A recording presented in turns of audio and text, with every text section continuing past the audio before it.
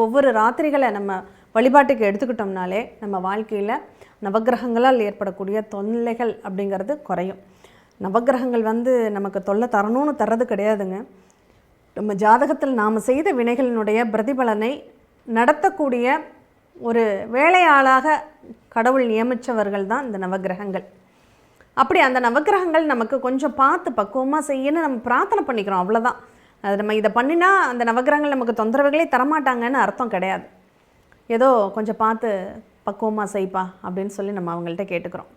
சரி, இந்த 2வது நாள் நவராத்திரி, அந்த அம்பாளுடைய திருநாமம் பிரம்மசாரிணி அப்படின்னு சொல்கிறாங்க. நம்ம ராஜராஜேஸ்வரியாக பாவிச்சு, அந்த ராஜராஜேஸ்வரி நின்ற திருக்கோலத்தில் இருக்கக்கூடிய அம்பாளாக பாவித்து நம்ம அவங்கள வழிபடுவதும் உண்டு. குமாரியாக நம்ம முதல் நாளாக பாலாவாக நினச்சிட்டோமா, இப்போ ஒரு 9 வயது குமாரியாக நம்ம அவங்கள பாவிச்சுக்கலாம். குழந்தைகளுக்கு தாங்க இந்த காலகட்டங்கள் ரொம்ப மகிழ்ச்சிப்படுத்தக்கூடிய ஒரு நிகழ்வுங்கிறது. குழந்தைகளை நல்லா கவனிச்சுக்கணும். குழந்தைகளுக்கு பிடித்த நைவேத்தியங்களை நம்ம வைக்கணும்.